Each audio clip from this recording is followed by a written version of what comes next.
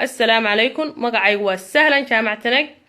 هيستا حربي نلش كوتهاي أنيقا أيا إسكالي محالها قصديدنا waxa weeyaan laba sano ka hor ayaan heesta sameeyay heesta markaan anigu sameeyay maxaa la yiraahdaayay midhaha sameeyay ayaan waxaan ula tagay midhaho wax iiga kala dhiman yihiin abwaanka la yiraahdo Xuseen Abiib oo ku magac dheer maxad reeyo abwaankii markaan ula tagay abwaankii wuxuu igu yiri midhahana way ka soconayaan wuu ka helay waxaan ku waxaad iigu dhiibtaa fanaanada la yiraahdo Khadra Silimo ama Yurub Genyo hayabu igu yiri fanaankii maxaa la yiraahdaa uu haleeli waayay haleel la'aan darteeda heesta anawan hayay isna uu hayay waxa dhacday maxaa la yiraahdaa in abwaankii markuu saa sameeyay uu haleeli waayay aan abwaankan kale oo Hargeysa ku socdo aan habeenada kamid oo isbarano aan dabeetana u dhiibo heestii aan ku raahdo walaalo heestan maandaabad Hargeysa ku socoto soo saar midhaheedana maxaa la yiraahdaa ku soo qor inaan anigu iska leeyay waxa dhacday anigu waan iska mashquulsanaa shaqooyin baan ka shaqeeyaan ku mashquulsanaa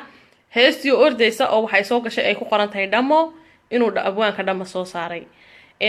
yani ogaanshaheeguna sidaa ma yahayn iskumaan ogeyn heestii waxa dhacday inaan markuu abwaankii yani uu soo saaray dabeetana aan abwaankii si sharaf la caawo anigoo xanaaqsan runtii laakiin waan isdejinay aan la hadaan ku assalaamu calaykum walaalo gabadha kula hadlaysa waa gabadhii heesta ku dhiibtay ku tiri fanaaniinta igu dhiib way aad heestaydii ugu soo qortay magacaaga maxaa dhacay aad magacaaga ugu soo qortay abwaanka wuxuu igu jawaabay heesta aniga iskale waxaan ku yiri adigu ma lihid heesta aniga iskale qoraalkii baan hayaa waana soo koobi gareynaya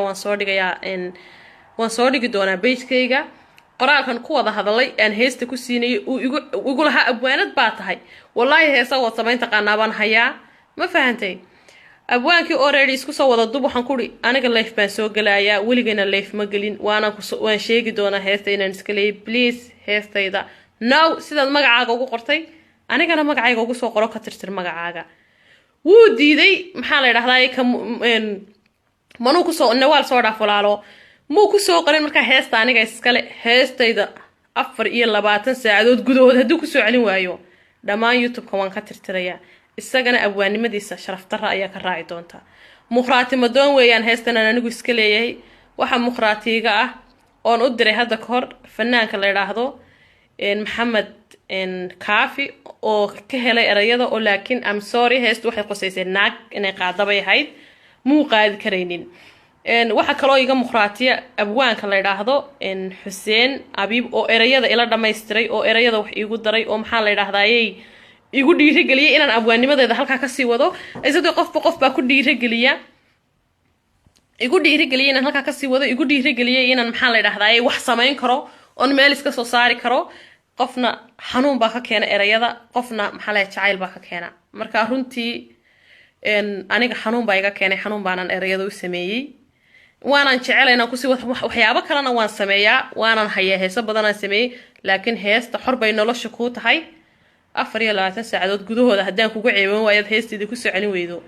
hooyaday aniga imay soo qaadanay ma dheertii bay soo qaadatay isbuuta anigu miyihiin naag loo hanjibo burcana waan kugula dhashay yaa qurbahana waan kula joogaa xaquuqna waan leey waliba waxaan ku adeegsan doonaa xaquuqda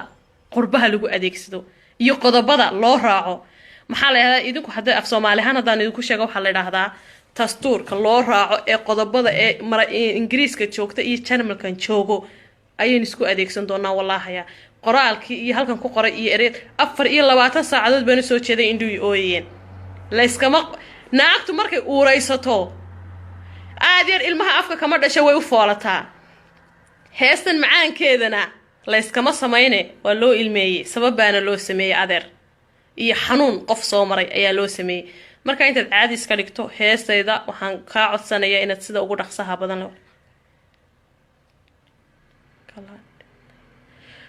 inaan may walaalo iimu dhameystirin walaalo iga may kala dhinayn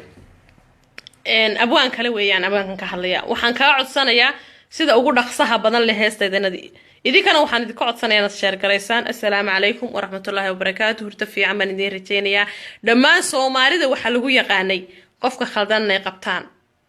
aniga waxa caawa igu kaliftay inaan live soo galo anigoon weligay wajigayga live soo dhigin oo weligay maxaa la yiraahdaayay gabadh adaab leh gabadh maxaa la basar leh waxay sameeyso cid ay doonaysa siisa intaas oo hees oo sameeyay baa la qaadaa heesahan sameeyey waxa qaada fanaanin jooga ma fahmaysaa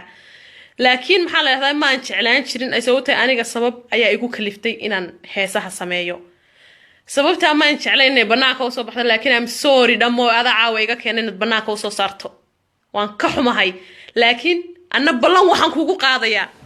inaan baan adduunka ka eeganaya oo ilaahay iga qaadaa ballan waxaan kugu qaadayaa inaan abwaannimadaada dhulka cagaha hoostooda geliyo ayaan ballan kugu qaadaya sidaad wejigayga life usoo gelisay aad life u keentay